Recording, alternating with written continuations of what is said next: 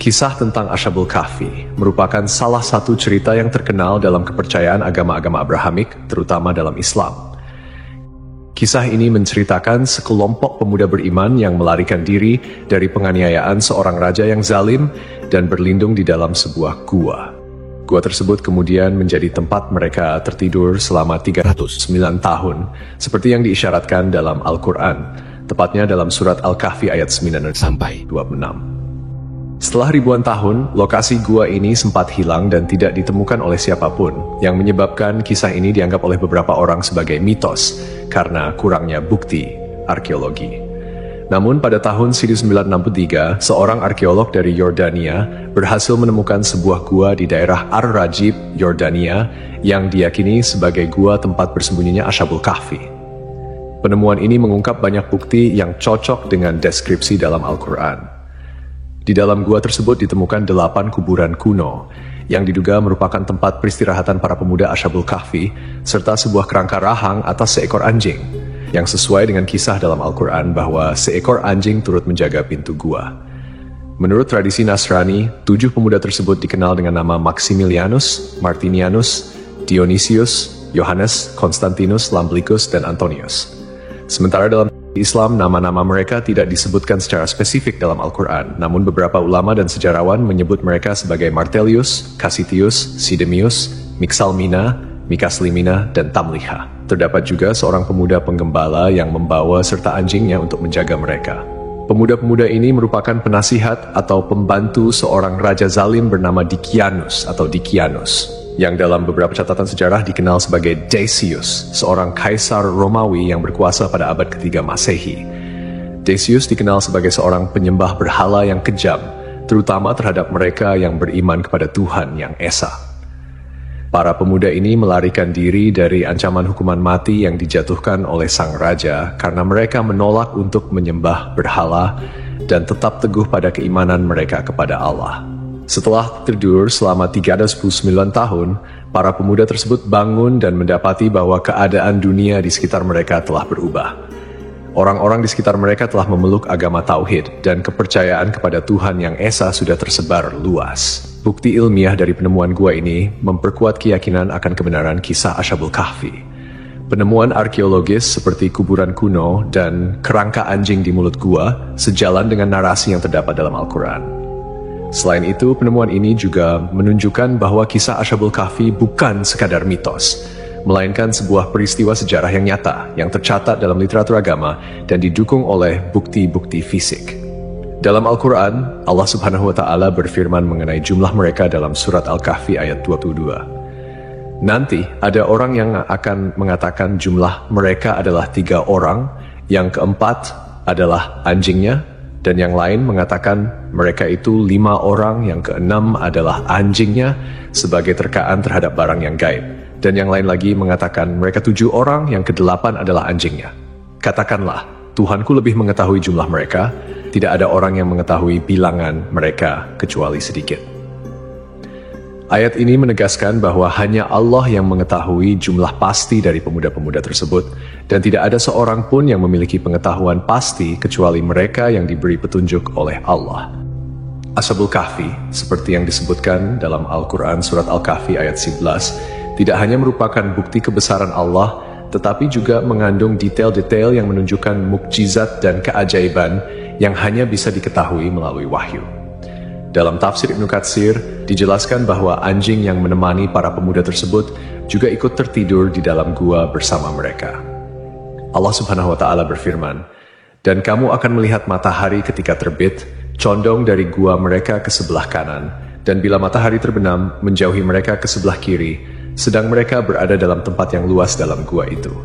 Itu adalah sebagian dari tanda-tanda kebesaran Allah. Barang siapa yang diberi petunjuk oleh Allah, maka dialah yang mendapat petunjuk.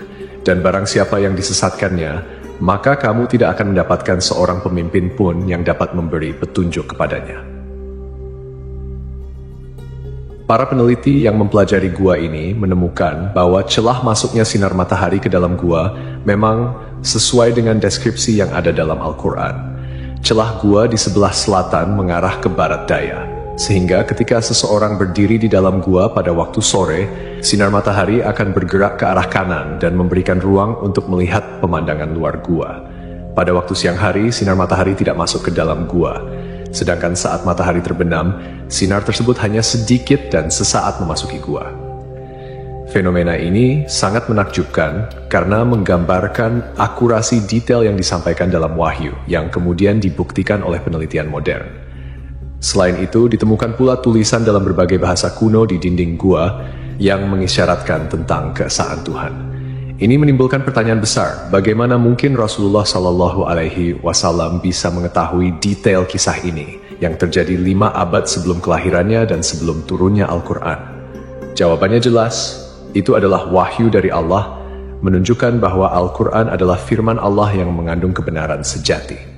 Meskipun ada perdebatan tentang lokasi pasti Gua Ashabul Kahfi, bukti historis, arkeologis, dan astronomis menunjukkan bahwa gua tersebut terletak di daerah Ar-Rajib, sekitar 13 km sebelah selatan kota Amman, Yordania.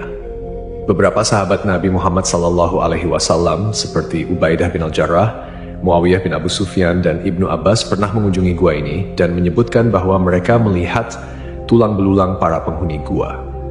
Bangunan di atas gua tersebut pada awalnya adalah sebuah gereja yang kemudian beralih fungsi menjadi masjid pada masa kekuasaan Islam. Di dalamnya terdapat pilar-pilar batu yang tidak sama tingginya, membentuk lingkaran yang diduga merupakan bangunan yang disebut dalam Al-Quran. Dan demikianlah kami pertemukan mereka dengan manusia, agar manusia itu mengetahui bahwa janji Allah itu benar, dan bahwa kedatangan hari kiamat tidak ada keraguan padanya.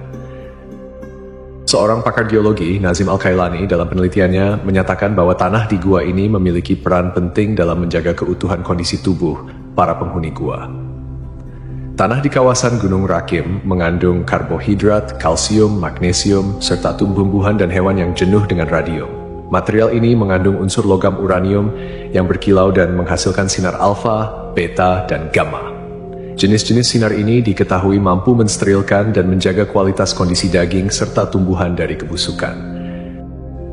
Selain penjelasan dari sudut pandang teologis dan sejarah, beberapa ilmuwan juga telah mencoba memahami mengapa tubuh para pemuda Ashabul Kahfi tidak hancur meski tertidur selama lebih dari 3 abad. Dalam Al-Quran, terdapat petunjuk-petunjuk yang bisa menjadi dasar ilmiah untuk memahami fenomena ini. Allah Subhanahu wa Ta'ala berfirman dalam surat Al-Kahfi ayat 15, "Dan kamu mengira mereka itu bangun, padahal mereka tidur, dan kami bolak-balikkan mereka ke kanan dan kiri, sedang anjing mereka menjulurkan kedua lengannya di depan pintu gua." Surat Al-Kahfi. Dari ayat ini terdapat beberapa pelajaran yang bisa kita ambil, terutama terkait dengan bagaimana Allah menjaga tubuh para pemuda Ashabul Kahfi selama mereka tertidur. Salah satu cara yang dilakukan Allah adalah dengan membolak-balikan tubuh mereka, sehingga menghindari terjadinya ulcus decubitus atau pressure ulcer, yaitu luka yang disebabkan oleh tekanan berkelanjutan pada satu bagian tubuh. Jika seseorang berbaring dalam satu posisi dalam waktu yang sangat lama, aliran darah ke bagian tersebut bisa terhambat, yang akhirnya menyebabkan kerusakan jaringan karena kekurangan oksigen dan nutrisi. Dengan memutar posisi mereka secara berkala, Allah menjaga integritas tubuh mereka. Ibnu Katsir, seorang mufasir terkenal, juga menjelaskan dalam tafsirnya mengenai surat Al-Kahfi ayat 11 bahwa Allah dengan hikmahnya menjaga para pemuda ini dari sinar matahari yang berlebihan.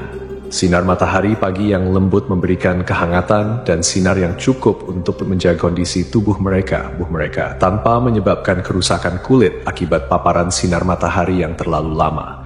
Ini sesuai dengan pengetahuan medis modern, First, yang menyatakan bahwa paparan sinar ultraviolet dari matahari dalam jumlah yang cukup penting untuk sintesis vitamin D dalam tubuh. Vitamin D berperan penting dalam metabolisme kalsium, yang penting untuk kesehatan tulang, sistem kekebalan tubuh, serta fungsi otot dan saraf.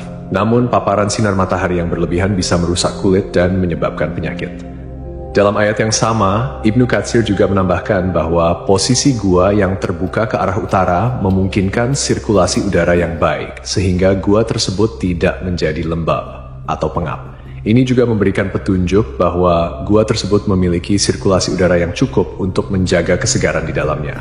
sehingga para pemuda itu tetap dalam kondisi yang baik meskipun tertidur dalam waktu yang sangat lama. Kemudian, dari sudut pandang ilmiah, penelitian lebih lanjut menunjukkan bahwa radiasi dan unsur-unsur mineral yang terdapat di tanah dan dinding gua dapat berperan dalam menjaga kondisi tubuh para pemuda. Seperti yang dijelaskan oleh Nazim Al-Kailani, unsur logam uranium yang ada di gua tersebut memancarkan radiasi yang dapat membantu mensterilkan tubuh dan mencegah pembusukan. Ini adalah bukti lain dari kekuasaan Allah yang mengatur segala sesuatu dengan sangat sempurna.